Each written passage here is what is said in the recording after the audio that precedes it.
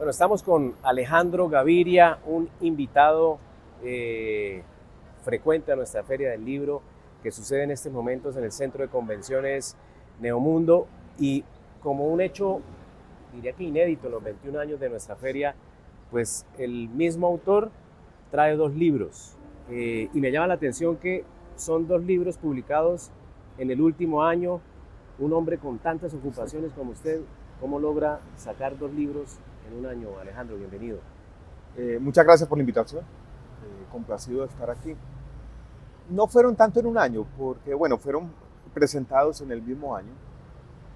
El libro anterior es un libro que yo comencé a escribir cuando estaba en la Universidad de los Andes y que abandoné cuando decidí entrar a la política y que retomé después. Y este sí es un libro más de ocasión, escrito después de mi salida del gobierno. Pero tu pregunta de cómo escribirlos, en qué tiempo. Yo, Fernando, yo siempre he escrito. Creo que he ido pudiendo tener un oficio, y cuando escribí este libro, por ejemplo, yo tenía una meta. Ya tenía la estructura del libro, me levantaba todos los días y yo tenía la meta de escribir al menos 1000 palabras diarias.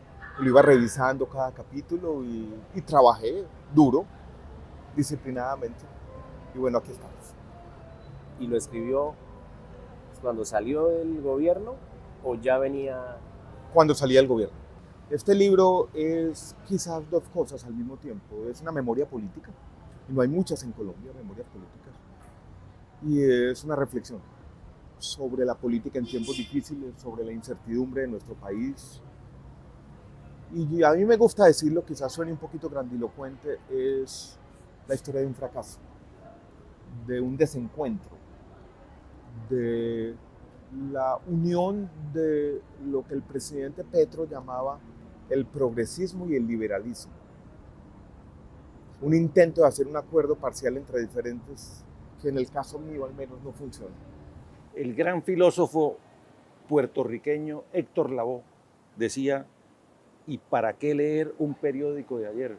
La pregunta, permítame, Luis Fernando, el libro: ¿y para qué leer a Alejandro Gaviria con la explosión controlada?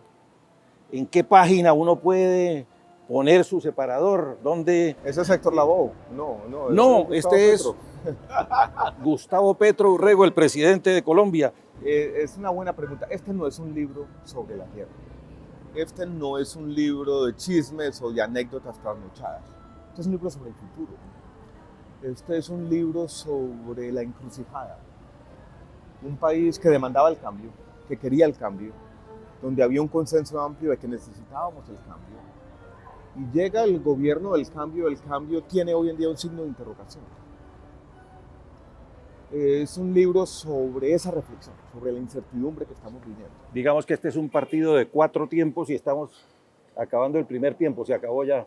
¿Qué nos puede deparar el resto de la contienda? Alguien podría decir en ese sentido que es una reflexión prematura. Alguien podría decir, ¿usted por qué no esperó a que se acabara el partido?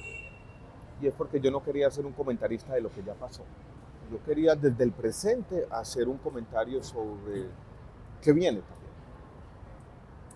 Yo tengo un temor, y es el temor de que no se logre un consenso político, de que el país caiga en una frustración adicional y que tengamos durante los próximos 3 años, Pastor, una competencia de relatos, y que el presidente se vaya acomodando en una idea, y es: aquí hay una especie de conspiración o alianza en contra entre los partidos políticos tradicionales, los grupos económicos y los medios de comunicación para no dejarme gobernar.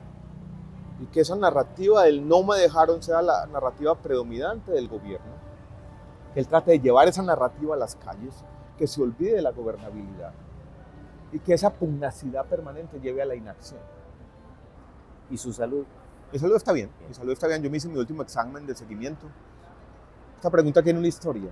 Yo presenté el libro que yo escribí sobre mi experiencia con el cáncer, esa enfermedad, en el año 2018. Luis Fernando me lo presentó. Cuando contó que le pega el té de coca, ¿no? No, a otra cosa más complicada. El cannabis, en este caso terapéutico, para las náuseas que producían la quimioterapia. Fue mi experiencia con el cannabis medicinal. Y cerremos esta entrevista con una pregunta necia. Hágale. Lo veo con un guardaespaldas, con una escolta que no lo deja ni respirar, está en su nuca protegiéndolo. ¿Cuál es su temor? ¿Que alguien, un petrista fanático, lo agreda? ¿Que Rodolfo Hernández venga y lo abrace? ¿Qué hay ahí de fondo? Yo sabe que yo no tengo muchos temores. Yo incluso vivo tranquilo y en los fines de semana en mi casa estoy tranquilo.